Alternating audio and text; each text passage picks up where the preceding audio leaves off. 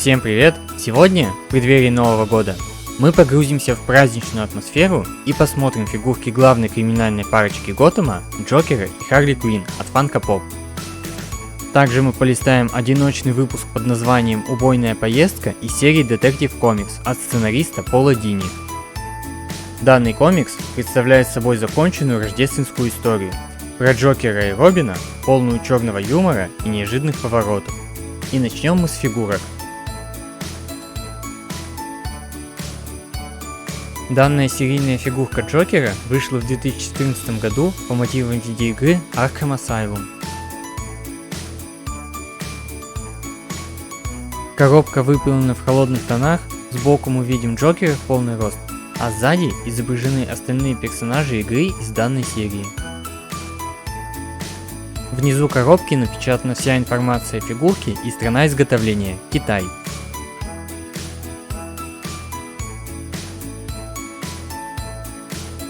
Фигурка Джокера выполнена с большим вниманием к деталям и полностью повторяет его облик из серии видеоигр Arkham.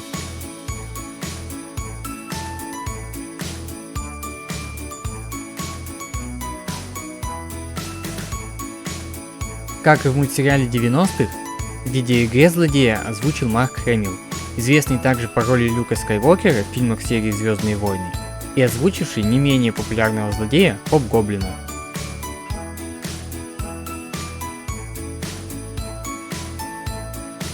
Как и в большинстве комиксов, Джокер носит потрепанный фиолетовый костюм с оранжевой рубашкой вместе с зеленым галстуком-бабочкой.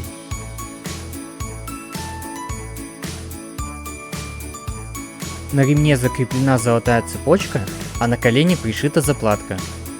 Также стоит отметить цветок, вставленный в петлицу пиджака, из которого злодей так любит всех поливать кислотой.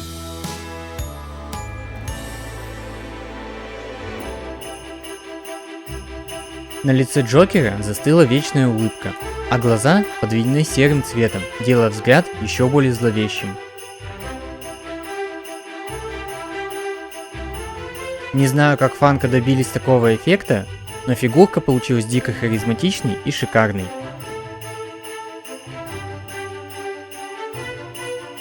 Ну и конечно, там где Джокер, там и его верная напарница Харли Квинн, без которой он не может обойтись в осуществлении своих хитрых планов. Эксклюзивная фигурка Харли Квинн выпущена в 2019 году по мотивам серии комиксов «Отряд самоубийц» в рамках линейки Rebirth и полностью повторяет облик культовой злодейки.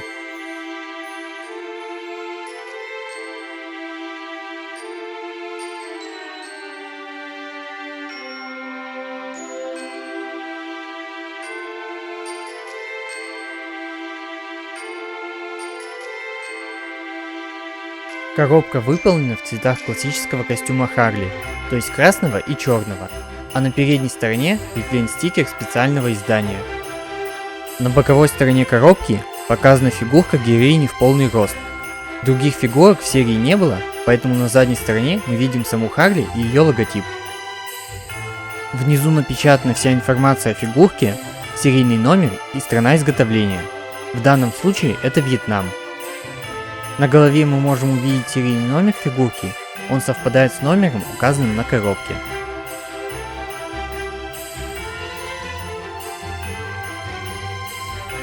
Харли одета в майку бледно-желтого цвета, а также в штаны, похожие на ее классический черно-красный костюм с ромбиками, а на коленях расположены защитные наколенники.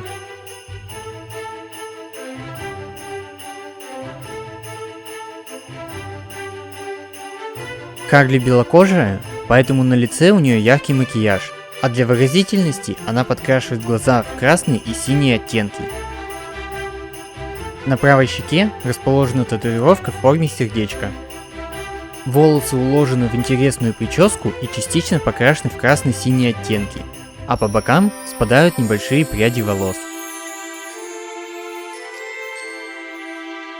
На своих плечах Харли держит огромный деревянный молот, который также раскрашен в ее любимые красно-черные цвета.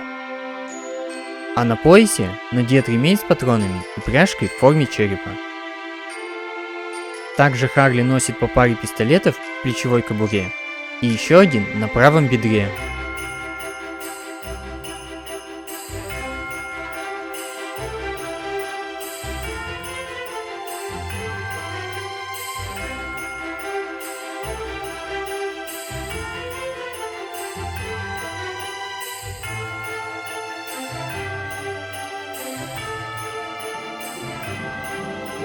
Перед нами один из номеров самой старой серии комиксов про Бэтмена Detective Comics, издававшийся с 1937 года. И данный выпуск вышел под номером 826 в 2007 году за авторством Пола Дини. На обложке мы видим хохочущего Джокера, а также связанного Робина, которому сейчас точно не весело. Вот они-то и будут нашими сегодняшними героями этой истории, наполненной черным юмором, убийствами, абсурдными ситуациями и увлекательными диалогами.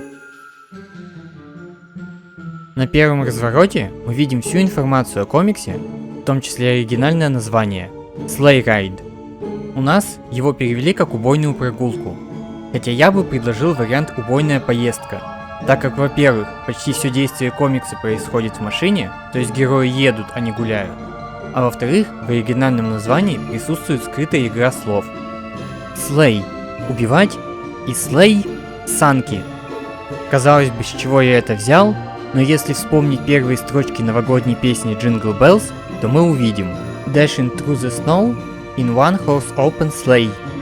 И в итоге у нас получается Sleigh Ride – убойная поездка, и в то же время Sleigh Ride – катание на санках, что явно нас отсылает к песне Jingle Bells. То есть вся шутка в том, что на слух название этого комикса может показаться чем-то веселым и рождественским, а он на самом деле совсем не веселый, хотя черного юмора здесь полным-полно. Впрочем, я отвлекся. События этого комикса происходят незадолго до Бэтмена номер 655 за авторством Гранта Моррисона, то есть до того, как Джокер нарвался на пулю в голову. Об этом упоминается в примечании редактора Питера Томаси, которое в нашем издании почему-то убрали, но сам выпуск комикса номер 655 вы можете найти и прочитать в недавно вышедшем сборнике «Бэтмен и сын» от издательства Азбука. История комикса начинается с того, что Робин, то есть Тим Дрейк, выслеживая торговцев оружием, попадает в самый центр разборки двух враждующих банд. Далее следует динамичная погоня по заснеженным переулкам, в ходе которой Робин разбивает свой мотоцикл.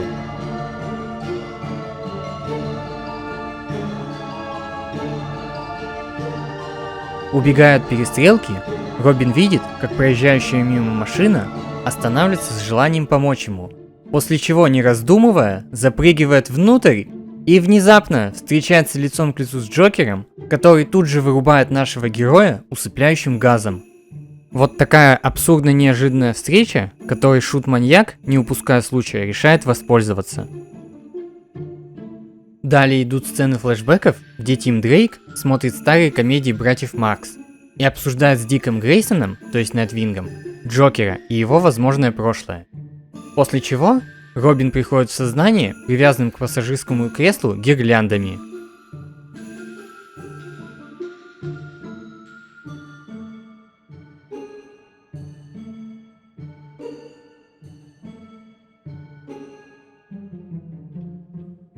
Катаясь по заснеженным улицам Готэма и заботливо включив Робину подогрев сиденья на максимум, Джокер пускается в рассуждения о духе Рождества и объявляет временное перемирие между ними, обещая Робину отпустить его в конце поездки. После чего он начинает безудержно сшибать людей на своей машине, искренне удивляясь, как же так они неаккуратно выскакивают прямо под колеса, и даже названивает в полицию, сообщая о несчастных случаях на дороге, который он же сам и устраивает, обвиняя во всем страшный гололед. В довершении ко всему, на задних сиденьях обнаруживаются два трупа, бывшие хозяева машины, которую решил одолжить Джокер.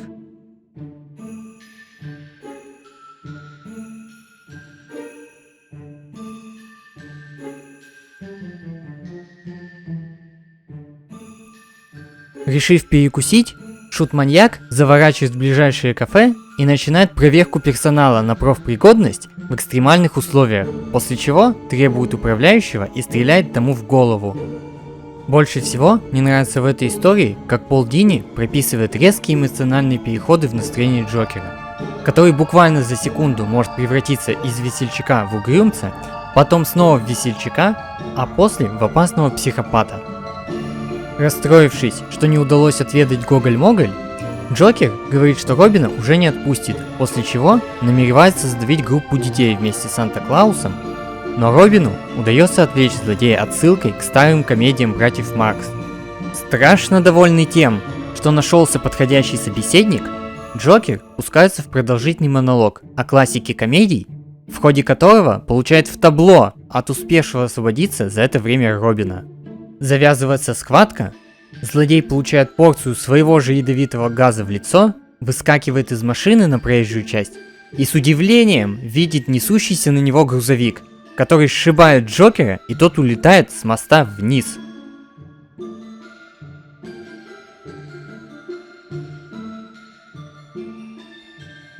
В традициях Пола Дини и его истории с Джокером у злодея нет никакого шанса спастись, но тем не менее найти его тело никому не удается, что означает неминуемое возвращение шута Маньячиллы.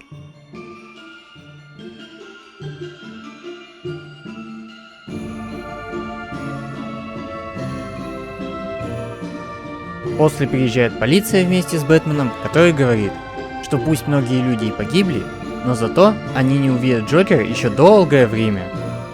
Небольшой спойлер, Джокер вернется очень быстро. И на этом моменте история заканчивается.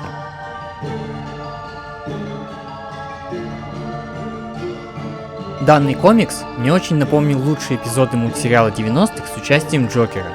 Только тут Пола Дини не сдерживали никакие возрастные рамки, в результате чего Джокеру удалось разойтись по полной программе. На этом мое видео подходит к концу. Мы посмотрели фигурки, полистали комикс. А хотя нет, стойте, у нас же есть еще одна фигурка, которая требует обзора. Подарочный Бэтмен. Я подарок, который Готэм заслуживает, но не тот, который надо дарить сейчас. Потому что когда я освобожусь, мало тебе не покажется, безумный клоун. Фигурка подарочного Бэтмена является редким эксклюзивом, выпущенным в единственном экземпляре. Помогите Бэтмену! Это пока что первая и единственная фигурка Бэтмена из серии Diamond Collection, которая покрыта блестками. Вы за это еще ответите! По официальной информации на коробке мы можем узнать. Эй, подождите-ка, это же не официальная фигурка, кто-то просто обмотал его подарочной лентой. Дошло наконец! Эй, ты! Я тебе что сказал? Читать текст с бумажки, а ты что делаешь? Отдай сюда камеру, я сам все сниму. Всем привет! Вы видите Бэтмена, самого большого придурка Готэма. Он зачем-то обмотался в праздничную упаковку с головы до ног. Вот же дурила. Мистер Джей, у вас фокус на камере сбился, а еще здесь полиция! Ох ты ж блин!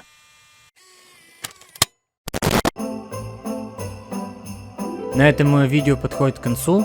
Пишите в комментариях свои впечатления о фигурках и комиксе, что больше всего понравилось. Также поздравляю всех с наступающим Новым Годом и Рождеством. Спасибо за просмотр, подписывайтесь и увидимся в следующих роликах.